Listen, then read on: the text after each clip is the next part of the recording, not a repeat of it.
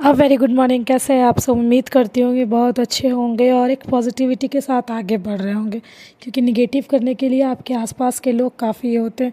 कुछ चीज़ों को अगर आप अपने पास से जाने दो ना, उसी में आपकी समझदारी है।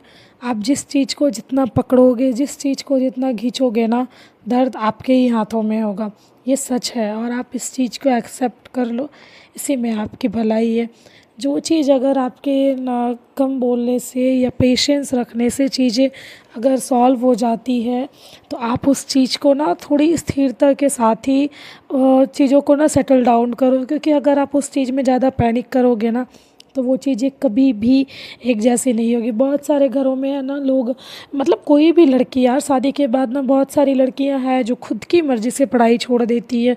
बट अगर उसी के घर में कोई खुद से पढ़ने वाली आ जाए ना, जिनको पढ़ना है, जिनको लाइफ में कुछ करना है, तो वो लोग उनको सबसे पहले डिमोटिवेट करेंगे ना, जिन्होंने खुद से पढ़ाई छोड़ी, उनको किसी ने फोर्सफुली पढ़ाई नहीं छुड़वाया, उनके साथ कोई ऐसी फाइनेंशियली कंडीशन नहीं थी कि उन्हें पढ़ाई छोड़नी पड़े।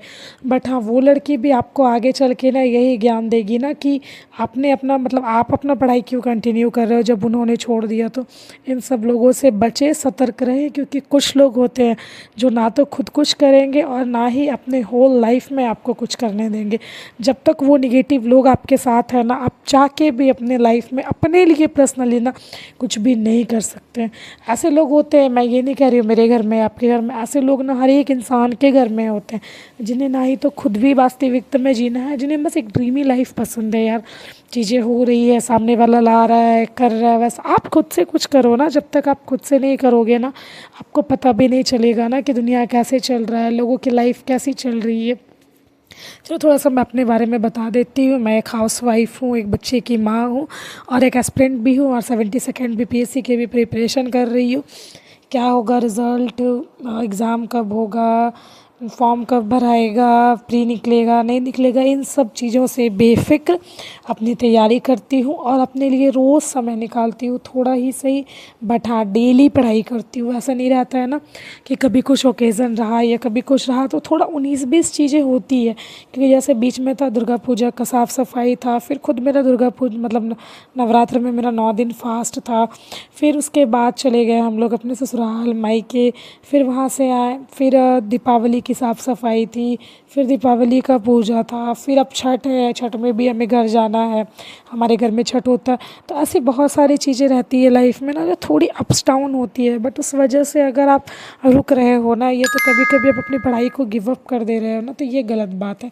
आपको कभी भी ना रुकना नहीं है, चलो बस थोड़ा, आप होते हैं ना कभी कभी आपको कहीं जाना है, मैं मानती हूँ ना कि आपको ये 10 कदम आपको जाना है, तो आपका जो 1-2 कदम होगा ना वो थोड़ा नॉर्मल रहता है, फिर 4-5 कदम हो सकता है थोड़ा स्पीड हो, फिर आने वाला 6-7 कदम आपका नॉर्मल हो जाए। बट आप चल तो रहे हो ना, क्योंकि आपको पता है आपको 10 कदम चलने पर ही आपकी मंजिल आएगी। ठीक उसी प्रकार जब आप कोई भी एग्ज़ाम का प्रिपरेशन स्टार्ट करते हो ना, तो आपको सबसे पहले तो अपना सिलेबस देख लेना है, उसके बाद अपने PYQs देख लेना है और उसके बाद ही अपनी तैयारी शुरू करनी है। और जब आप इन सब चीज़ों को देख लोगे ना, तो आपको एक ना होता है ना मोटा मोटी अंदाज़ हो जाना है किसी भी चीज़ का, ऊपर ऊपर से ज्ञान हो जाना, वो चीज़ आपको हो जाएगी। जब आप अपना सिलेबस देख लोगे ना, तो आपको समझ में आ जाएगा। सिलेबस से भी ज़्यादा ना मैं PYQs, मैं तो हमेशा PYQs को ना अपना वो मानती हूँ ग्रंथ। जैसे जो धार्मिक लोग हैं उनके लिए गीता, जो बहुत ज़्यादा स्पिरिचुअल लोग हैं उन सब के लिए होता है ना, और जो स्टूडेंट है ना उनके लिए अगर उनका कुछ गीता है तो वो है PYQs। जब आप PYQs देख लोगे ना, तो आपको ना सब कुछ पता चल जाएगा। आप अगर 3-4 मंथ भी PYQs को एनालाइज़ करते हो और अच्छे से एनालाइज़ करते हो 10-20 साल के PYQs को, तो आप किसी टॉपिक को पढ़ोगे ना, तो आपको पता चल जाएगा कि इस टॉपिक से कैसे क्वेश्चन बन सकते हैं, इस टॉपिक से क्या पूछ सकता है। ये आपको ना फिर किसी और से पूछना नहीं पड़ेगा।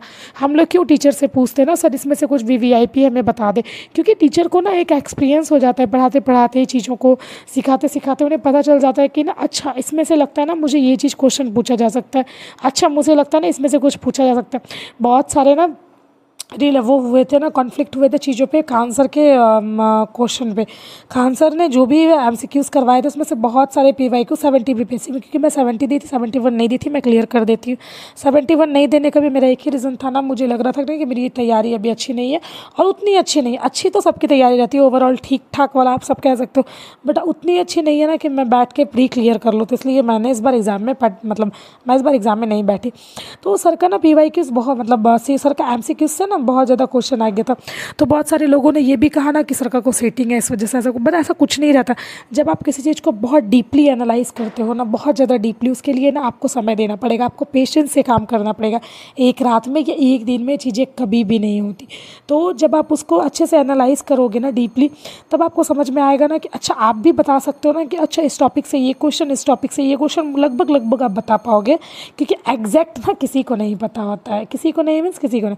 तो आप फिर ओवरऑल बता पाओगे कि अच्छा इस टॉपिक से ऐसा क्वेश्चन पूछ सकता है, मेडाइवल से ये पूछ सकता है, एंशिएंट से ये पूछ सकता है, मॉडर्न से इस टाइप का पूछ सकता है। अब जब मैं पढ़ने बैठती हूँ ना तो मुझे चलता लगता है पता ना कि ये रिलेवेंट नहीं है मेरे सिलेबस से, मैं ये अगर नहीं भी पढ़ूंगी ना तो मेरा काम चल जाएगा, ये अगर, और ये है जिस पे मुझे ज़्यादा ध्यान देना है, जिसको मुझे रिवाइज़ करना। तो इस आप जब ये सब चीज़ें करोगे ना तो आपको सिलेबस का एक अच्छी सी जानकारी हो जाएगी। PYQs देखते रहो, MCQs लगाते रहो। जब तक आप 10,000 MCQs नहीं लगा लेते ना तो आपकी, मैं ये नहीं कहूँगी नहीं होगा, बट